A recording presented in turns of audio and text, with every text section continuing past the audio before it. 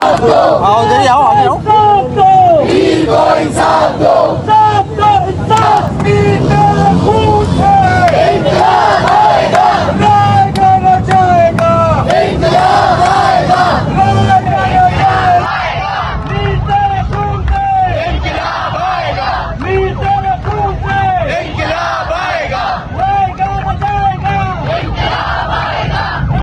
अस्सलाम वालेकुम दोस्तों, मैं हूं शाहिद हुसैन। उम्मीद करता हूं आप सब खैरियत से होंगे। मेरा यूट्यूब चैनल देख रहे हैं। उस वीडियो में बात करेंगे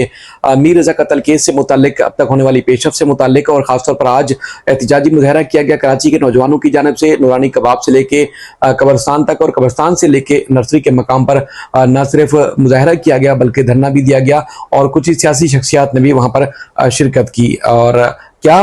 कुछ डिमांड्स थी वो आपके सामने रखेंगे, लेकिन उससे पहले कुछ हक़ाइक़ और फैक्ट्स कुछ और हैं। आपने देखा होगा कि मुख्तलिफ सोशल मीडिया प्लेटफॉर्म्स के ऊपर मुख्तलिफ तरीकों से रजा मीर और उनके ख़ानदान को जिस तरह हदफ तनकीद का निशाना बनाया गया, तो यकीनन न सिर्फ सोचने पर मजबूर करता बल्कि परेशान कुन भी था। लेकिन कत्ल साबित होने के बाद, और ये साबित होने के बाद कि ये लाश जो थी मीर रजा की ही थी, उसके बाद वो तमाम लोग गायब हो चुके हैं। क्या क्या इल्जामात लगाते थे, आपको याद होगा कि मीर रजा ने खुदकुशी की है, या ये जो लाश बरामद हुई है वो मीर रजा की थी ही नहीं, या मीर रजा ने खुद को हो सकता है खुद मारा हो, या फिर इवन के ये भी कि पूरा खानदान ही चीटर है। इस किस्म के इल्जामात भी लगाए गए, लेकिन वो लोग तमाम के तमाम अब गायब हो चुके हैं ये साबित होने के ऊपर कि खुदकुशी नहीं थी बल्कि कत्ल था। और उसके बाद ये जो बॉडी थी वो मीर रजा की ही थी। अब उन लोगों के पास यकीनन मुंह दिखाने के काबिल नहीं हो गए, वो गायब हो चुके हैं। लेकिन पुलिस, कानून नाफिज करने वाले इदारे जिस तरह तहकीकात कर रहे हैं वो सब आपके सामने है, और उसके बाद नौजवान भी जिस तरह एहतिजाज कर रहे हैं, तो यकीनन वो चुप नहीं हो रहे जब तक असल कातिल पकड़े नहीं जाते। सूरत हाल ये कि इसी तरह के एहतिजाजी मुजाहरे होने के बाद तो हुकूमत सिंध या पुलिस मजबूर हुई है कि जो पहली जो तहकीकाती टीम थी जिस पर तहफ़्फ़ुज़ात का इजहार किया गया था वालिदैन की तरफ से, नौजवानों की तरफ से, उनके वकील जिब्रान नासिर साहब की तरफ से, वो टीम हटाई गई और उसके बाद 7 रुकनी जो पुलिस की तहकीकाती टीम थी वो दूसरी बनाई गई। एक जो आखिरी प्रेस कॉन्फ्रेंस थी जिब्रान नासिर साहब की, उसमें हमारे एक दोस्त थे, सहाफ़ी हैं, आजकल टाइम्स ऑफ कराची के साथ वाबस्ता है, खिजर भाई ने एक सवाल किया, खिजर आजम ने, जिसमें उन्होंने जिब्रान नासिर साहब से कहा कि इब्तदाई तौर पर जिस तरह जो मीर रजा है उनको भी ये करार देने की कोशिश की गई कि अगर ये बॉडी मीर रजा की है तो उन्होंने खुदकुशी की होगी। लेकिन उन्होंने सवाल किया कि माजी में इस तरह की मिसालें बहुत ज़्यादा कराची में मिलती हैं कि कोई नौजवान, यानी कि वो वेल एजुकेटेड है, वेल सेटल्ड है, अच्छे कारोबार है, यानी कि वो उसका रहन सहन, लाइफ स्टाइल सब कुछ इस तरह शानदार होता है कि जो इंसान चाहता है कि उसकी ज़िंदगी ऐसी हो, उसके बावजूद पता चलता है कि उसने खुदकुशी कर ली। और उसके बाद खबरें जब आती हैं कि खुदकुशी कर ली, और जिस तरह इसी तरह मीर रजा के मामले पे हक़ाइक़ और फैक्ट्स चूंकि ये मीडिया पर आते रहे, बहुत सारे मीडिया पर भी नहीं आते, तो खानदान वाले, वालिदैन या उनके जो फैमिली के जिम्मेदाराना होते हैं, सरपरस्त होते हैं, वो इस बात को तस्लीम कर लेते हैं जी बिल्कुल ये इदारा, पुलिस या पोस्टमार्टम रिपोर्ट में जो कुछ आया कि वाकई ही उसने खुदकुशी की होगी, और अल्लाह की रजा समझकर वो खामोश होकर बैठ जाते हैं। यानी कि तहकीकात, तफ्तीश और इन सारी चीजों के पीछे नहीं जाते, पीछा नहीं करते, जिस तरह मीर रजा के खानदान ने किया है, उनके वकील जिब्रान नासिर ने किया है, या फिर कराची के नौजवानों ने हिम्मत का मुजाहरा करके मीर रजा के मामले पर तहकीकात की है, और उसके बाद फिर सामने जो चीजें आई उनको तस्लीम नहीं किया, उनको सबको जो है वो यानी कि झुटलाया कि ये सच नहीं है कि मीर रजा ना खुद को मार सकता है, मीर रजा का कोई और मामला भी नहीं है। लेकिन जो असल वजह है, जो असल हकीकत है, उसको सामने आना बहुत ज्यादा जरूरी है। तो उसके बाद फिर आपने देखा कि जहां मीडिया पर परसेप्शन बन गया हो, सोशल मीडिया पर परसेप्शन बना दिया जा चुका हो कि जी ये कत्ल नहीं खुदकुशी है, और बहुत सारे जाती जो एक मामला हैं वो भी मीडिया पर नशर किए जाते हैं और किए जाते रहे, उसके बावजूद आप सबकी हिम्मत और सलामती और अपने जस्तजू के बाद जो हकीकत थी उसको अयां किया और मजबूर किया तमाम लोगों को कि जी बिल्कुल ये कत्ल हुआ है और उसकी तहकीकात होनी चाहिए। यकीनन पुलिस कर रही है, उम्मीद है कि असल हक़ाइक़ तक पहुंचेगी। लेकिन जिब्रान नासिर साहब ने, जो खिजर साहब हमारे दोस्त हैं, उनके सवाल को काफी अप्रिशिएट किया कि वाकई ये सब कुछ होता रहा है, पहले लोगों ने इस मामले की तरफ तवज्जो नहीं दी, लेकिन अब तवज्जो दी है तो हकीकत सामने आई है कि ऐसा नहीं कि अल्लाह की रज़ा समझकर आप खामोश होकर बैठ जाए कि एक नौजवान जिस तरह चला गया है कोई पूछने वाला ना हो। मीर रजा की आप सबने भी वीडियोस देखी होंगी, यकीनन जो लोग करीब थे वो तो बहुत ज्यादा अच्छे तरीके से जानते होंगे कि वो नौजवान जो पाकिस्तान के मौजूदा हालात हैं वो समझता था कि क्या कुछ चल रहा है। पाकिस्तान में कैसी जिंदगी है, रहन सहन, कारोबार, यानी कि पूरी जो रोजमर्रा की हमारे मामूलात जिंदगी, वो सब कुछ जानता था। लेकिन उसका एक जज्बा था कि यही कुछ तो हमने तब्दील करना है। इसी माहौल में रहते हुए, इन्हीं हालात में रहते हुए पाकिस्तान की इकॉनमी को ठीक करना है, पाकिस्तान के मामलात को ठीक करना है। ये सारा जज्बा लेने वाला आदमी जिसके अंदर ये सब कुछ हो, वो चाहता तो बहरे लाखों करोड़ों में कारोबार करने वाला आदमी हो। वो हर नौजवान की ख्वाहिश होती है जी पुरसकून माहौल में दूसरे मुल्क चला जाए। वो चाहता तो जा सकता था, कौन उसको रोकता। यकीनन जो है वो इसी मुल्क में रहकर, इसी शहर में रहकर वो पाकिस्तान और पाकिस्तानियों की खिदमत करना चाहता था। और उसके बाद फिर उसकी जिंदगी का क्या कुछ हुआ वो आपके सबके सामने है। लेकिन चूंकि अब नौजवानों की तरफ से एहतिजाज का सिलसिला जो वो जारी है, आज नूरानी कबाब से लेके कब्रिस्तान तक वहां नौजवान पहुंचे, एहतिजाजी मुजाहरा किया और मुजाहरे के साथ साथ जो है वहां पर मीर रजा की कब्र के ऊपर जो है वो फातिहा खानी की, दुआ मग़फ़िरत की। उसके बाद फिर रैली की शक्ल में नर्सरी के मकाम पर पहुंचे, वहां पर जो है एहतिजाजी मुजाहरा किया, धरना दे दिया। और मुतालबा ये है, क्योंकि आज 16 रोज हो चुके हैं, और उन्होंने मुतालबा किया कि जब तक कातिल नहीं पकड़े जाते, असल चीजें सामने नहीं आती, ये एहतिजाज का सिलसिला रुकने वाला नहीं है। चूंकि हुकूमत भी यही चाहती है कि जी अब ये तयन हो चुका है कि वाकई कत्ल हुआ है, ये चूंकि पुलिस भी तहकीकात कर रही है, तो मजीद किस चीज का प्रेशर डालने की कोशिश की जा रही है। लेकिन चूंकि ये हुकूमत का मौक़िफ़ है, नौजवान तो समझते हैं कि नहीं, उनको एहतिजाज ही करना है और एहतिजाज के साथ ही मीर रजा और उनके खानदान को इंसाफ दिला सकते हैं। तो वो आज जिस तरह 14 अगस्त का दिन है, छुट्टी है, लोग अपनी फैमिलीज के साथ मौजूद हैं, लेकिन नौजवान चाहे वो मेल है, फीमेल है, हर किस्म के तबके के लोग जो है वो मीर रजा को इंसाफ दिलाने के लिए आज भी सड़कों के ऊपर हैं। तो एहतिजाज का सिलसिला जारी है। तो दूसरी तरफ चूंकि मैंने इब्तिदा में बताया कि मीर रजा ने खुदकुशी की, उनका खानदान के ऊपर इल्जामात लगाए गए, वो सबके सामने है, लेकिन वो पीछे नहीं हटे। दूसरा चूंकि जो मामला है वो ये है कि ईदी रजाकार, 2 ईदी रजाकार आज सामने हैं, जिसमें हमारे साफी दोस्त नजीर शाह सामने लिखे हैं, एयरवाइस से वाबस्ता हैं। उन्होंने भी इस बात की तस्दीक की जिसको इब्तदाई पोस्टमार्टम रिपोर्ट या पुलिस की जो तहकीकाती टीम थी वो शायद मानने के लिए तैयार ही नहीं थी। जिसमें उन्होंने कहा कि जब उनको कॉल की गई कि जी लावारिस लाश वहां मौजूद है, तो लावारिस लाश को उठाने के लिए जब वो पहुंचे, झाड़ियां थी, गमले थे और मुख्तलिफ ऐसी जगह थी जहां पर लाश तक पहुंचना और वहां से उठाना आसान काम नहीं था। अब खुद अंदाजा लगा सकते हैं कि बॉडी को वहां कैसे पहुंचाया गया, ये भी एक हैरान कुन सूरत हाल है। तो बहरहाल जब उन्होंने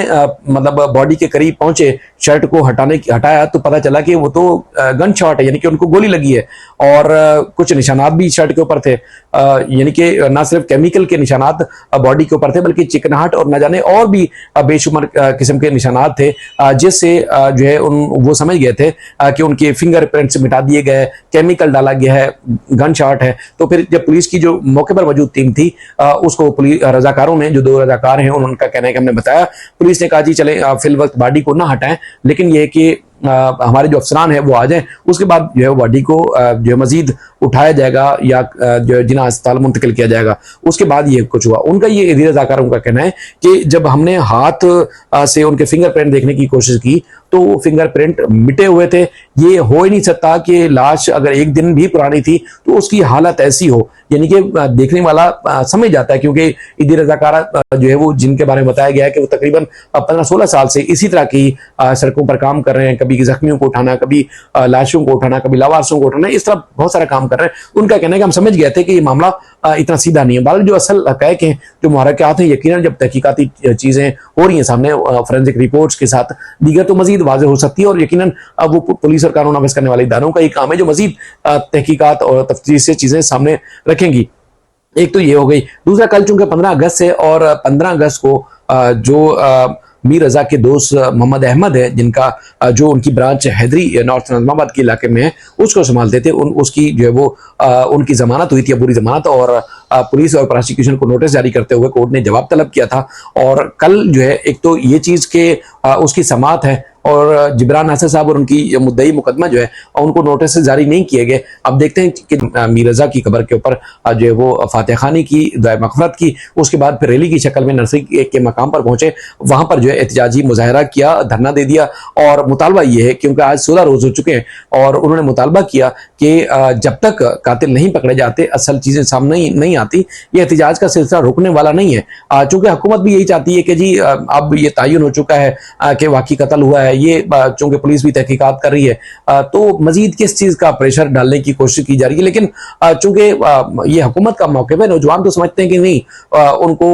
एहतिजाज ही करना है और एहतिजाज के साथ ही मीर रज़ा और उनके खानदान को इंसाफ दिला सकते हैं। तो वो आज जिस तरह 14 अगस्त का दिन है, छुट्टी है, लोग अपनी फैमिलीज के साथ मौजूद हैं, लेकिन नौजवान चाहे वो मेल हैं, फीमेल हैं, हर किस्म के तबके के लोग जो है वो मीर रज़ा को इंसाफ दिलाने के लिए आज भी सड़कों के ऊपर हैं। तो एहतिजाज का सिलसिला जारी है। तो दूसरी तरफ चूंकि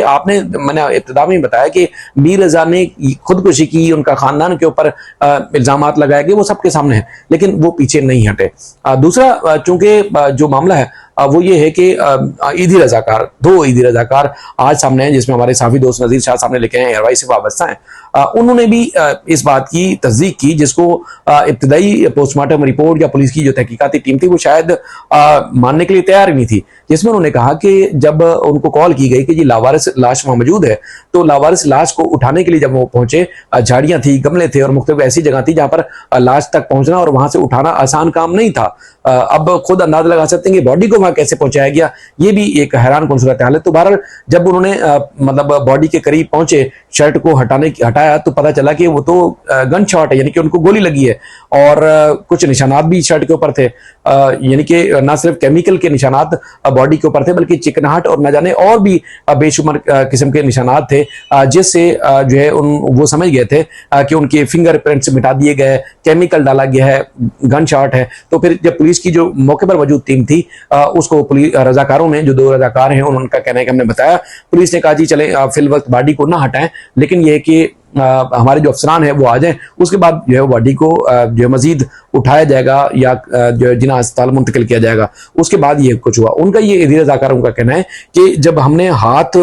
से उनके फिंगरप्रिंट देखने की कोशिश की तो वो फिंगरप्रिंट मिटे हुए थे। ये हो ही नहीं सकता कि लाश अगर 1 दिन भी पुरानी थी तो उसकी हालत ऐसी हो, यानी कि देखने वाला समझ जाता है, क्योंकि ईदी रजाकार जो है वो जिनके बारे में बताया गया है कि वो तकरीबन 15-16 साल से इसी तरह की सड़कों पर काम कर रहे हैं, कभी जख्मियों को उठाना, कभी लाशों को उठाना, कभी लावारिसों को उठाना, इस तरह बहुत सारा काम कर रहे हैं। उनका कहना है कि हम समझ गए थे कि ये मामला इतना सीधा नहीं है। बल्कि जो असल हक़ाइक़ हैं, जो मुहर्रिकात हैं, यकीनन जब तहकीकाती चीजें हो रही हैं सामने फोरेंसिक रिपोर्ट्स के साथ दीगर, तो मजीद वाज़ेह हो सकती है और यकीनन अब वो पुलिस और कानून नाफिज करने वाले इदारों का ही काम है जो मजीद तहकीकात और तफ्तीश से चीजें सामने रखेंगी।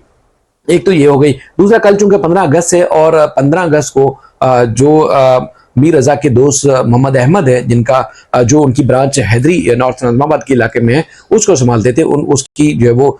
उनकी जमानत हुई थी, पूरी जमानत, और पुलिस और प्रोसिक्यूशन को नोटिस जारी करते हुए कोर्ट ने जवाब तलब किया था। और कल जो है एक तो ये चीज़ के उसकी समाअत है और जिब्रान नासिर साहब और उनकी मुद्दई मुकदमा जो है उनको नोटिस जारी नहीं किए गए। अब देखते हैं कि जिब्रान नासिर साहब और उनकी जो टीम है वो फॉलो करती है केस को, फैमिली भी फॉलो करती है और उसके बाद प्रोसिक्यूशन भी जो है वो जवाब अपना जमा कराएगी। साथ ही साथ एक चीज़ और भी है कि जो पुराने केस के तफ्तीशी अफसर थे उन्होंने भी जो जुडिशल मजिस्ट्रेट शर्की यानी कि ईस्ट की अदालत थी वहां पर उन्होंने टाइम मांगा था कि चूंकि 14 रोज के अंदर उन्होंने जवाब जमा करना होता है FIR कटने के बाद। तो उन्होंने कहा था जी तफ्तीशी अफसर तब्दील हो चुके हैं, अब नए तफ्तीशी अफसर आएंगे तो अब वो अपना जवाब जमा कराएंगे, क्योंकि पुलिस की तहकीकाती जो टीम थी वो तब्दील हो चुकी है। तो उनको भी अदालत ने 15 अगस्त का ही टाइम दिया था और अब देखते हैं कि इन दोनों मामलात में कोर्ट में क्या कुछ होता है। कल इंशाल्लाह आपके सामने रिपोर्ट जरूर करेंगे, लेकिन ये कि जो हिम्मत और सलामती और जुस्तजू के साथ आप सबने जो है वो मुजाहरा किया और एक खानदान को इंसाफ दिलाने की कोशिश कर रहे हैं, इस तरह की ही जो है वो जद्दोजहद की जरूरत थी। यकीनन ये जद्दोजहद जो खानदान को इंसाफ दिला सकती है। अपना फीडबैक जरूर दीजिएगा, अपना बेहद ख्याल रखिएगा। अल्लाह हाफिज।